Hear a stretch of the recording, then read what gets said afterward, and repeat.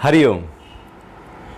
गुरुर्ब्रह्मा गुरुर्विष्णु गुरुर्देवो महेश्वर गुरुर्साक्षात् परब्रह्म तस्मै श्री गुरवे नमः। पूरे ब्रह्मांड में व्याप्त गुरु तत्व को मेरा प्रणाम। गुरु तत्व एक अनूठा तत्व है जो कण कण में व्याप्त है, पूरे ब्रह्मांड में व्याप्त है। गुरु हमेशा हमें अंधकार से प्रकाश की तरफ ले जाने में लगे रहते हैं। वास्तविकता में देखा जाए गुरु कोई शरीर नहीं, गुरु तो एक तत्व है जो हमें उस पार ब्रह्म की तरफ पहुंचाने में मदद करता है। गुरु एक ऐसी शक्ति, जब वो हमारे भीतर उसका हम अनुभव करने लगते हैं तो वो हमें आत्म भाव के साथ जोड़ देती है। गुरु और शरीर, गुरु कोई शरीर नहीं है बल्कि शरीर से परे एक तत्व है जिसने अपने उस आत्म तत्व को पहचान लिया, उस तत्व भाव को जान लिया, उसमें टिक गया और जो उसी तत्व भाव सभी के अंदर प्रकट करने में निरंतर रत है, वही गुरु है। आत्मज्ञानी गुरु हमेशा अपने आने वाले शिष्यों को आत्मज्ञानी बनाने में निरंतर रत रहते हैं। गुरु तत्व एक ऐसा तत्व, गुरु एक ऐसे जो मार्गदर्शक की तरह हमारा पूरी तरह से ध्यान रखते हैं, पग पग पर हमें आगे बढ़ाने में मदद करते हैं। ऐसा कोई स्थान नहीं, ऐसा कोई क्षेत्र नहीं, ऐसा कोई जगह नहीं जहां पर गुरु हमें हाथ पकड़कर आगे लेकर जा न रहे हो। वो प्रकृति हो या आत्म भाव में टिकने की प्रक्रिया हो, हर जगह पर गुरु का अनूठा रोल रहा ही है। गुरु ने अपना दिया जलाया है साधना के माध्यम से, अपने गुरु के माध्यम से। अब वो चाहते हैं कि जो उनके संपर्क में आ रहे हैं सब अपना दिया जलाएं। गुरु निरंतर सबके अंदर दिया जलाने के लिए प्रयासरत हैं। शिष्य ही अपना दिया जला सकते हैं, गुरु केवल सहायक हो सकते हैं और वो मार्ग दिखा सकते हैं कि किस तरह से अपने भीतर के दिए को जलाएं। शिष्य वो है जो श्रद्धा से भरा है, गुरु वो है जो पूरी तरह से आत्मज्ञान से भरा है। जैसे ही वो श्रद्धा का भाव प्रकट होता है, हम अंतर्मुखी यात्रा प्रारंभ कर देते हैं। भीतर की यात्रा तब प्रारंभ होती है जब हम अहम भाव को छोड़कर पूरी तरह से श्रद्धा के भाव में प्रकट हो जाते हैं। ये श्रद्धा का भाव अंतर्मुखी यात्रा में मेरा सहायक हो जाता है। गुरु उस रास्ते को, उस मार्ग पर हाथ पकड़कर हमको ले चलते हैं। ये जो श्लोक है वो बड़ा महत्वपूर्ण है। गुरु ब्रह्मा है, विष्णु है, महेश है। ये प्रकृति त्रिगुणा है, सत्व, रज और तम से बनी है। हमारी तीन मुख्य अवस्थाएं जागृत, स्वप्न और सुषुप्ति, या यूं कहें ब्रह्मा विष्णु महेश। ये तीन गुण जो पूरी प्रकृति को अपने में समाये हुए हैं और पूरी प्रकृति इन्हीं के आधार पर गति कर रही है। तो जो गुरु हैं वो इन तीनों गुणों को बहुत ही बेहतर तरीके से जानते हैं, समझते हैं और वो इन तीनों गुणों से हमें पार ले जाकर गुणातीत के भाव में टिका देते हैं। अर्थात प्रकृति में कुछ भी हलचल हो, परिस्थितियां कैसी भी हों, समस्याएं कितनी भी हों, हम बाहर संसार में कितना भी अटक क्यों ना गए हों, उलझ क्यों ना गए हों, वो किसी भी क्षेत्र में कोई भी समस्या क्यों ना प्रकट हो रही हो, हर क्षेत्र में गुरु हमें मार्गदर्शक की तरह रास्ता दिखा देते हैं।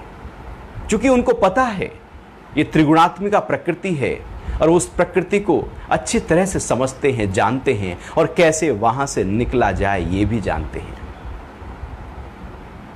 ब्रह्मा का मतलब है पूरी तरह से एक नया जन्म, एक नया जीवन। जब शिष्य गुरु के समीप आता है तो गुरु उसके अंदर एक नयापन देते हैं, एक जीवन जीने की एक नया रास्ता, एक नई राह दिखाते हैं कि अभी जैसे जी रहे हो ऐसे नहीं, जीने का तरीका तो कुछ और है। वो जीना सिखा देते हैं, क्योंकि यदि जीना नहीं आया तो फिर ये जन्म तो बेकार हो गया। तो गुरु ब्रह्मा के रूप में हमारे भीतर प्रकट होकर हमें बहुत ही सही तरीके से जीना सिखा देते हैं कि सब कुछ होता रहे, लेकिन जीवन की जीवंतता लगातार साथ साथ चलती हुई हम किस तरह से जीवन जी जाएं, इसका जन्म हमारे भीतर प्रकट हो जाता है। और विष्णु के माध्यम से गुरु साधना सिखाते हैं और कैसे उस जीवन की जीवंतता, वो जो जन्म हुआ है गुरुमुख से, कैसे उस भाव में लगातार लंबे समय तक हम टिके रहें, स्थित रहें। जीवन को कैसे जिए, जब तक जी रहे हैं कैसे जी जाएं। यदि ये आर्ट हमने नहीं सीखी तो फिर जब प्रकृति में हलचल आएगी, परिस्थितियां विपरीत आएंगी तो हम हिल जाएंगे। विष्णु के माध्यम से गुरु हमें जीवन के पग पग पर आगे बढ़ना सिखाते हैं, साधना के माध्यम से अपने स्व के भाव में स्थित होना सिखाते हैं। अध्यात्म की जो भी साधनाएं हैं वो विष्णु की तरह हैं, निरंतर लगातार चल रही हैं, उनका पालन किया जा रहा है। जैसे विष्णु पालन करता है, ऐसे ही हम भी उस आत्म भाव में टिके रहने के लिए साधना का पालन करते रहते हैं। और ये जब तक साधना का पालन हमारे साथ चलता रहता है, तब तक जीवन में एक हल्कापन, एक नयापन और समाधान प्रकट होने लगते हैं। फिर समस्याएं कितनी भी बड़ी क्यों ना हो, समाधान भीतर से प्रकट हो चुका होता है। हम फिर कहीं उलझते नहीं, कहीं फंसते नहीं, कहीं अटकते नहीं, क्योंकि हमें पालन करना आ गया है। तो गुरु हमारे भीतर उस विष्णु तत्व को भी स्थापित कर देते हैं, टिका देते हैं, और फिर हम उसी भाव में रहकर जीवन को जीते हैं। और महेश मतलब मरने की कला, मिटने की कला, नष्ट हो जाने की कला, पूरी तरह से अपना नाश कर देने की कला भी गुरु सिखाते हैं। यदि मरना नहीं आया तो जीना आ नहीं सकता। आर्ट ऑफ लिविंग तो तब काम करेगा जब आर्ट ऑफ डाइंग हम सीख चुके होंगे। जब तक मरने की कला सही प्रकार से हम समझ ना पाए, जान ना पाए, तब तक जिएंगे कैसे? वो जीना तो मर मर कर जीना है। वो जीना कोई जीना नहीं जहां पर मरने का डर है। मृत्यु का डर ही जीवन से हमारी जीवंतता को छीन लेता है।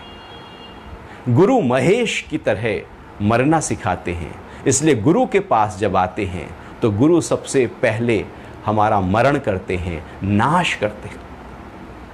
नाश करते हैं उन स्वभाव का, उस संस्कार का, उस वासना का, उन इच्छाओं का, उन आदतों का जो हमारे घर कर गई हैं। जब तक उनका नाश नहीं होगा, उस अहंकार का नाश नहीं होगा जिसमें हम ये समझते हैं कि मैं बहुत कुछ हूं, मुझे बहुत पता है। जब तक कुछ पता है तब तक गुरु से ज्ञान मिलना बड़ा मुश्किल है, क्योंकि हम तो यही कहते रहेंगे हमें तो पता है, ये भी पता है, वो भी पता है। तो सबसे पहले वो जो पता है उसी का नाश किया जाता है। महेश बनकर हमारे भीतर वो सारे के सारे संस्कारों का यदि नाश ना हो तो फिर हम उस परब्रह्म की तरफ गति नहीं कर सकते। तो गुरु महेश की तरह कार्य करते हैं, और जो भी कुछ अंदर से उपद्रव खड़े होते हैं, हलचल खड़ी होती है, जो लहरें और तरंगे खड़ी होती हैं, उनका नाश किया जाता है। नहीं तो इच्छाएं तो बार बार खड़ी ही हैं, एक के बाद दूसरी खड़ी है, दूसरी के बाद तीसरी खड़ी है। इच्छाओं की तो माला है। जैसे समुद्र के सामने खड़े हो जाओ, तरंग आएगी, लहरें आएंगी, एक के बाद फिर दूसरी आ जाएगी, फिर तीसरी आ जाएगी। दिनों खड़े रहो, महीनों खड़े रहो, सालों खड़े रहो, लहरें भला रुकती हैं क्या? ऐसे ही मनुष्य के अंदर इच्छाएं भला रुकती हैं क्या? वो एक लहर आती है, मोटी आती है, बड़ी इच्छा आती है, फिर छोटी लहर आ जाती है, फिर बड़ी आ जाती है। ये इच्छाएं लगातार चलती रहती हैं। गुरु इन इच्छाओं का ही नाश करते हैं, हमको निरीच्छा के भाव में ले आते हैं। अस्तित्व में गुरु तो मरना सिखाते हैं, जीना कम सिखाते हैं, मरना ज्यादा सिखाते हैं। चूंकि हमने संसार में जीना सीखा है और संसार से यदि मरे तो आत्म भाव में जी सकते हैं। यदि संसार मेरे लिए सो गया तो आत्म भाव में मैं जाग सकता हूं, लेकिन यदि संसार जगा है तो आत्म भाव मेरे लिए सोया हुआ है। संसार में मेरे जो लगाव है, मेरी जो आसक्ति है, मेरा जो स्वार्थ है, यही उलझा रहा है। और ये जो आसक्ति है, ये जो उलझन है, यही तो अंधकार है। ये संसार जहां हम जी रहे हैं, हमारे मन में जो इच्छाओं और वासनाओं का है, जहां काम, क्रोध, लोभ, मोह, जहां कीर्ति, मान, सम्मान की पूरी चाह है, यही तो अंधकार है। ये एक ऐसा संसार जहां सब पानी पर जैसे कुछ लकीर खींची हो मिट जाएगी। संसार में भी कुछ ऐसा ही होता है, सब मिट रहा है। ये सब अंधकार से भरा हुआ जीवन है। गुरु का मतलब ही है जो अंधकार से प्रकाश की तरफ ले जाए। अर्थात इस संसार में जो हमारी उलझन है, आसक्ति है, हम जो यहां अटके हुए हैं, फंसे हुए हैं, वहां से हटाकर मुझे अपने आत्म भाव में जो टिका दे, वही गुरु है। आसक्ति से अनासक्ति की तरफ जो ले जाए, इच्छा से निरीच्छा की तरफ जो ले जाए, बंधन से मुक्ति की तरफ जो ले जाए, अंधकार से प्रकाश की तरफ जो ले जाए, बहिर्मुखता से अंतर्मुखता की तरफ जो ले जाए, जो दुखों से परम आनंद की तरफ ले जाए, वही गुरु है। और ये तब होता है जब सबसे पहले हमारे अंदर चल रहे सारे विकार, सारे संस्कार, सारी वासनाओं का हम नाश कर दें। ये नाश की प्रक्रिया ही महेश है, यही शिव है, यही शंकर है। इसी को सर पूरी तरह से कलम करना होता है। वो जो अहंकार में उठा हुआ सिर है, उसका नाश यदि नहीं होगा तो हम अहंकार से परे जो आत्म भाव है वहां पर टिक नहीं सकते। तो गुरु ब्रह्मा है जो जन्म देते हैं, गुरुमुख से जन्म होता है। चूंकि हम द्विज हैं, एक मां के गर्भ से जन्म होता है, दूसरा जन्म गुरु के मुख से होता है। मां के गर्भ से, पेट से जब जन्म होता है तो वो जन्म मृत्यु की तरफ हमें लेकर जाता है। गुरु के मुख से जब जन्म होता है वो जन्म अमरता की तरफ लेकर जाता है। एक जन्म हमेशा बांधने में है, चूंकि वहां पर संसार है, विकार हैं, सब उलझने हैं। लेकिन एक दूसरा जन्म है जो हमें आत्म भाव में टिकाने की मदद करता है। तो पहली गुरु जो है वो मां होती है, लेकिन उसके बाद फिर दूसरे गुरु जो आत्म भाव में हमें टिका दे। इसलिए महेश की प्रक्रिया बड़ी महत्वपूर्ण है। इसलिए गुरु के पास वो आए जो अपना नाश कराना चाहते हैं, या यूं कहें संसार का पूरा मटिया मेट करना चाहते हैं। तभी उस प्रकाश में हम जागेंगे। जब ये संसार नष्ट होगा तब भीतर का भाव हमारे अंदर प्रकट होगा। हम चाहें कि ये भी रहे, वो भी रहे, यहां भी मेरे पैर रहें, वहां भी मैं पकड़ा रहूं, मैं आत्म भाव को भी पालूं और मैं संसार की कीर्ति का भी आनंद ले लूं, सारे सुख, सारा मान का भी आनंद ले लूं। ये नहीं होगा, क्योंकि इसलिए महेश बनकर यहाँ का नाश किया जाता है। और जब यहाँ का नाश हो जाता है पूरी तरह से, उसके बाद मेरे भीतर जो पर ब्रह्म की स्थिति है, गुरु मुझको उसमें टिका देते हैं। ब्रह्मा विष्णु महेश की जो स्थिति है, वहाँ पर भी गुरु पूरी तरह से ध्यान देते हुए मुझे मेरे ही पूर्ण रूप में, मेरे ब्रह्म रूप में टिका देते हैं। इसलिए गुरु प्रकृति और पुरुष, जो त्रिगुणात्मिका प्रकृति है और उनसे जो परे पुरुष है, दोनों का परिचय हमारा करा देते हैं। और उसके बाद मुझे मेरे पर ब्रह्म, अर्थात जो पूरे ब्रह्मांड में फैला हुआ तत्व है, उसके साथ हमको टिका देते हैं।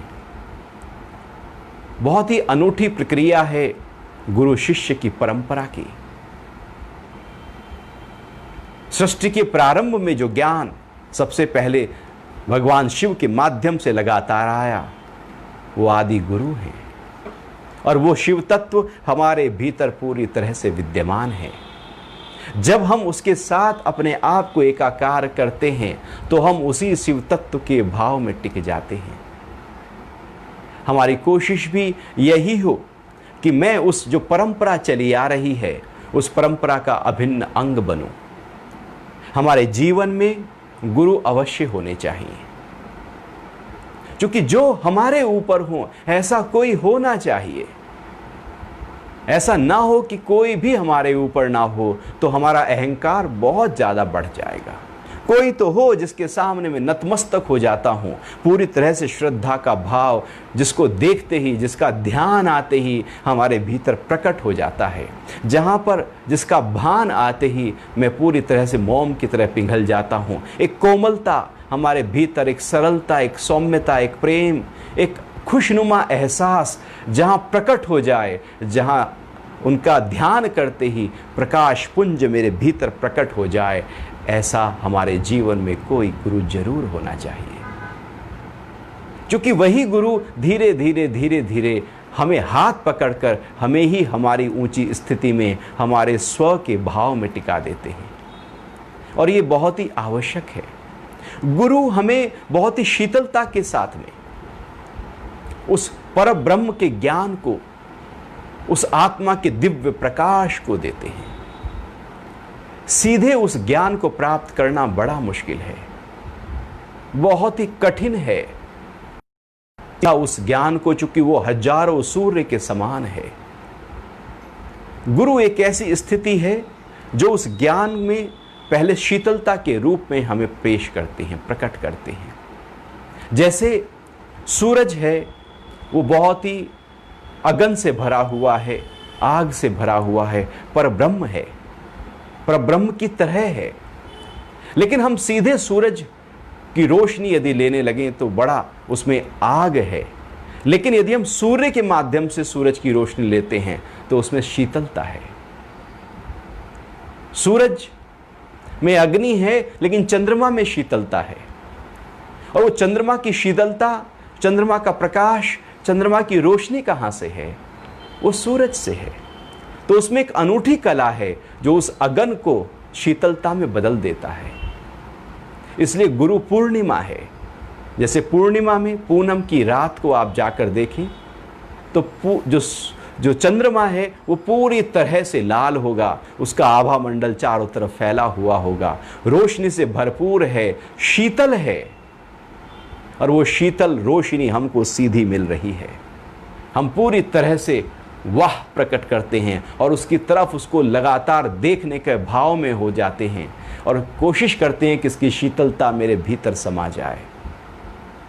इसलिए गुरु पूर्णिमा है, क्योंकि गुरु पूर्णिमा की तरह जैसे चंद्रमा में एक शीतलता है, उस सूरज की, उस आत्म तत्व की, वो जो अनूठा प्रकाश है उसको शीतल के रूप में पेश करके ज्ञान के माध्यम से हमें देते हैं, और उस शीतलता को हम अपने जीवन में अनुभव करना शुरू कर देते हैं।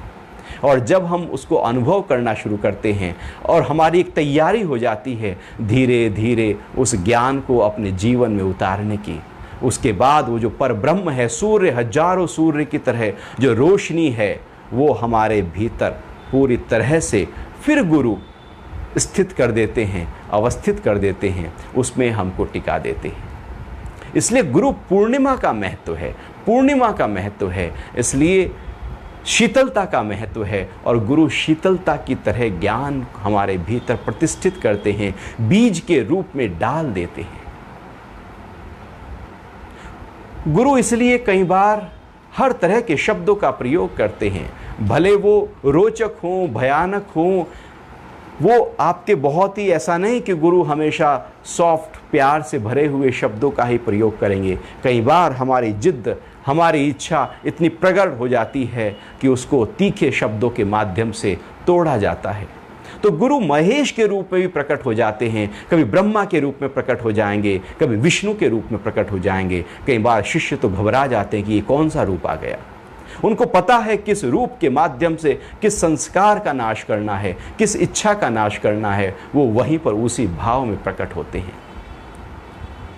गुरु तत्व एक अनूठा तत्व है और जिसको हमें अपने भीतर उतारना होगा, अनुभव करना होगा।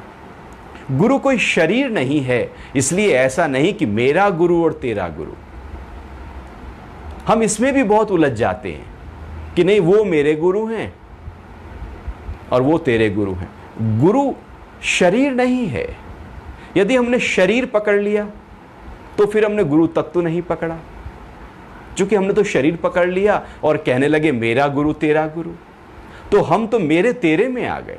गुरु तत्व तो एक है, ये मेरा तेरा तो शरीर है, ये तो द्वैत है।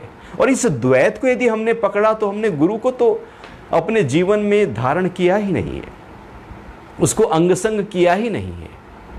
तो गुरु तत्व जो मेरे भीतर उत्पन्न होता है तो फिर मेरा गुरु तेरा गुरु नहीं होता। फिर वो गुरु जिस भी शरीर के माध्यम से प्रकट हुआ है, गुरु तत्व जहां भी प्रकट हुआ है उसी को प्रणाम करने लगते हैं, क्योंकि साक्षात गुरु तत्व उसके माध्यम से वहां पर दिख रहा है।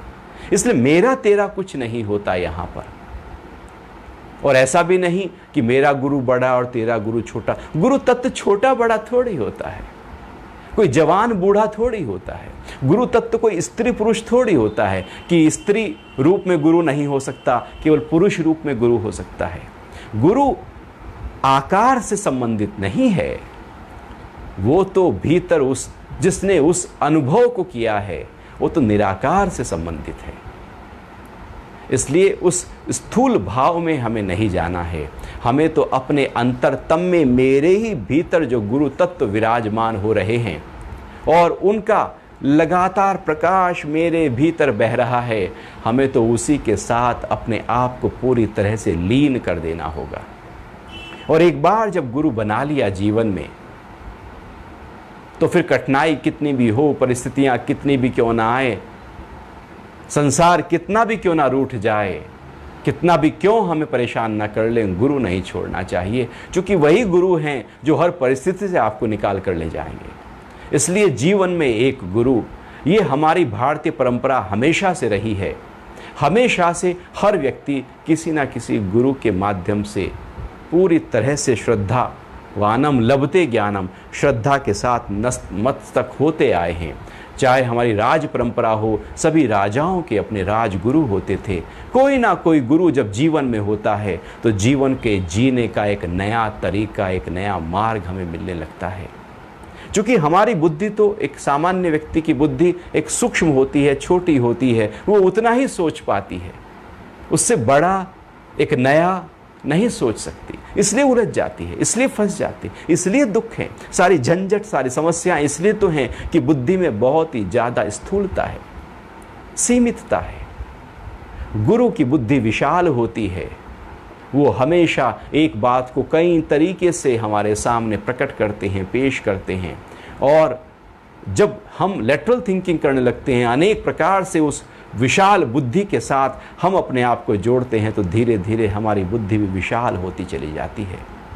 इसलिए गुरु हमें, हम जो मन में जी रहे हैं वहाँ से हमें उठाते हैं, अमन की अवस्था में ले जाते हैं, बुद्धि से उठाकर बुद्धि योग और समत्व बुद्धि योग में टिका देते हैं। अहंकार में प्रेम को की धारा को पूरी तरह से प्रवाहित करा देते हैं, या यूँ कहें कि हमारा जीवन पूरी तरह से एक नया होने लगता है, आमूल चूल परिवर्तन हमारे जीवन में आने लगते हैं। नहीं तो विकार खड़े हैं, विकारों को तोड़ने के लिए गुरु का ज्ञान चाहिए, और केवल ज्ञान नहीं, ध्यान चाहिए। गुरु ज्ञान भी सिखाते हैं तो ध्यान भी सिखाते हैं।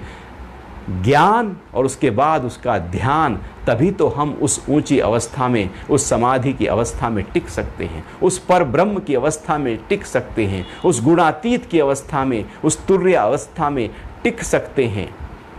केवल ज्ञान से हम नहीं टिक पाएंगे। ज्ञान तो बाहर के शब्द हैं जो उलझा देंगे। शब्दों का जंगल अपने अंदर तैयार नहीं करना कि गुरु के हमने शब्द पकड़ लिए। गुरु के शब्द नहीं पकड़ने, बल्कि उनके भीतर बहता हुआ जो भाव है, जो उसका अर्थ है, उसको अनुभव करना है। उनका जो अनुभव है, जो शब्दों के माध्यम से प्रकट हो रहा है, क्योंकि कोई ना कोई तो माध्यम चाहिए उस अनुभव को प्रकट करने के लिए, इसलिए शब्दों के माध्यम से वो प्रकट होता है। तो उस अनुभव को हमें पूरी तरह से अपने ही भीतर अनुभव करना है। तो जब हम अपने भीतर उस अनुभव को प्रकट करते हैं, तो वो हमें परब्रह्म की तरफ ले जाते हैं, अंतर्मुखी यात्रा करा देते हैं। अंतर्मुखी यात्रा का होना जीवन का सही प्रकार से लक्ष्य है। जीवन का लक्ष्य तो अपने आप में जीवन ही है। जीवन को जीना कैसे है, बस यही महत्वपूर्ण है। गुरु यही सिखा देते हैं कि जिए कैसे। परिवार मिला है, परिवार में रहें कैसे। संबंध मिले हैं, धन मिला है, इस धन का प्रयोग कैसे हो। शरीर मिला है, शरीर का सही प्रयोग कैसे हो। बुद्धि का सही प्रयोग कैसे हो। अर्थात जो जो मेरे पास उस परमपिता परमात्मा ने मुझे प्रारब्ध से मिला है, उसका उचित प्रयोग गुरु सिखा देते हैं। और जब उचित प्रयोग हमें आ जाता है, अर्थात कर्मों की कुशलता आ जाती है, तो फिर हम उस अपने तुर्य भाव में, उस चौथी स्थिति में टिक जाते हैं। ये प्रक्रिया तभी होती है जब गुरु शिष्य परंपरा में हम पूरी तरह से नतमस्तक होते हैं, पूरी तरह से श्रद्धा को लगातार। श्रद्धा ऐसे ही है जैसे एक दीपक है और दीपक जल रहा है, उसमें तेल है। अब तेल जब कम होने लगता है, घी कम होने लगता है, तो हम उसको और डाल देते हैं, तेल और चढ़ा देते हैं, बार बार तेल चढ़ाते रहते हैं। जैसे अखंड दीपक जलाया हो, तो लगातार दिन रात उसकी रखवाली होती है कि लगातार वो दीपक जलता रहे। श्रद्धा भी ऐसे ही तेल की तरह है जो लगातार जलनी चाहिए, अर्थात लगातार रहनी चाहिए, क्योंकि दीपक बुझ जाएगा यदि तेल नहीं होगा। श्रद्धा तेल की तरह कार्य करती है। जितनी श्रद्धा बढ़ती जाती है, उतना ज्ञान बढ़ता जाता है, और ज्ञान के साथ फिर ध्यान बढ़ता जाता है, और ध्यान के जीवन में आते ही उस समाधि की अवस्था, उस तुर्य अवस्था में गुरु हमको टिका देते हैं। गुरु शिष्य का ये जो अनूठा संबंध है, ये एक अनोखा है, अद्वितीय है। ऐसा कोई संबंध नहीं। सारे संबंध स्वार्थ के होते हैं, ये संबंध तो निस्वार्थ रूप में हमेशा लगातार बहता रहता है। कोई स्वार्थ नहीं है, कोई बदले का चाह नहीं है, भावना नहीं है। लगातार देने का भाव इस संबंध में होता है। ये एक पवित्र बंधन है। एक बंधन है, एक बंधन अपवित्र होता है जो फंसा देता है, एक बंधन पवित्र होता है जो मुक्त कर देता है। ये बंधन होते हुए भी मुक्ति की मार्ग है, मुक्ति की यात्रा है। इसलिए इस बंधन को हमेशा लगाए रखना, सजग रखना, और अपनी श्रद्धा को लगातार बलवती करते जाना। श्रद्धा जब बलवती होती जाती है, तो धीरे से हमारे भीतर का जो प्रकाश है वो जलना शुरू हो जाता है। हम अपने दीपक खुद बनने लगते हैं। गुरु का दीपक जला हुआ हमने देखा, उससे हमने जाना कि मुझे भी जलाना है अपना दीपक। और जब हम अपना दीपक जलाने लगते हैं, फिर कोशिश करते हैं कि जो भी मेरे संपर्क में आए उसको भी मैं दीपक जलाने का तरीका बता दूं, उसके भीतर भी, उसके अंतरतम में भी उस आत्म दीपक की लो प्रज्वलित कर दूं और मैं सहायक हो जाऊं। इस तरह से गुरु शिष्य परंपरा हजारों सालों से चली आ रही है। गुरु ने शिष्य को ज्ञान दिया, शिष्य अब गुरु के रूप में प्रतिष्ठित हुए, अब उन्होंने अपने शिष्य को ज्ञान दिया, अब आने वाले शिष्य फिर गुरु के रूप में प्रतिष्ठित हुए, अब उन्होंने शिष्य को ज्ञान दिया। एक समय पर जो शिष्य है वो अगले समय पर गुरु हो जाते हैं, और उसके बाद फिर आने वाले और लोगों को ज्ञान देते हैं, अब उसमें से कोई गुरु बन जाते हैं। और ये प्रक्रिया, ज्ञान की धारा निरंतर परंपरा से चलती ही चली आ रही है, और ये चलती ही रहेगी, हमेशा चलती ही रहेगी, क्योंकि ये ज्ञान दिव्य है। जो दिव्य होता है उसका नाश नहीं होता। और आज का दिन उसी गुरु के प्रति पूरी तरह से नतमस्तक होने का, जहाँ जहाँ से हमने उस दिव्य ज्ञान को अनुभव किया है, उन सब के प्रति, उस गुरु तत्व के प्रति नतमस्तक होने का दिन है। उसको पूरी तरह से अपने भीतर उतार लेने का दिन है, कि वो दिव्यता, वो प्रकाश मेरे भीतर उतरकर मेरे अंधकार को पूरी तरह से दूर करे और मजबूती के साथ ये संबंध लगातार हमारा चलता रहे। यही संबंध है जो हमें परब्रह्म की तरफ, आत्म भाव की तरफ हमें टिका देगा। तो गुरु पूर्णिमा पर आप सभी को बहुत बहुत शुभकामनाएं। समस्त गुरुओं को मेरा बहुत बहुत कोटि कोटि प्रणाम, और सभी शिष्य जो गुरुओं से जुड़े हुए हैं, इस धारा से जुड़े हुए हैं, इस प्रवाह का हिस्सा हैं, उनको भी बहुत बहुत शुभकामनाएं। और कोशिश करनी है कि ये धारा टूटे ना। कोशिश करनी है जब भी संशय आए, उस संशय का निदान गुरु से ही बैठ के कर लेना, गुरु को छोड़कर। ऐसा नहीं कि गुरु बदल लो तो कुछ बात बन जाएगी। यदि एक जगह से नहीं आया तो दूसरी जगह से नहीं आ सकता। इसलिए पूरी तरह से अपने आप को श्रद्धावानम लभते ज्ञानम के भाव के साथ टिक जाएं, और फिर देखें जैसे ही यहाँ झुकते हैं वहाँ उठ जाते हैं, अंतरतम में उठ जाते हैं। और उसी अंतरतम में उठने की प्रक्रिया को आत्म जागृति कहते हैं, और वो गुरु के ज्ञान के माध्यम से हमारे जीवन में बरस रही है। आप सभी को एक बार गुरु पूर्णिमा पर बहुत बहुत शुभकामनाएं। हरि ओम।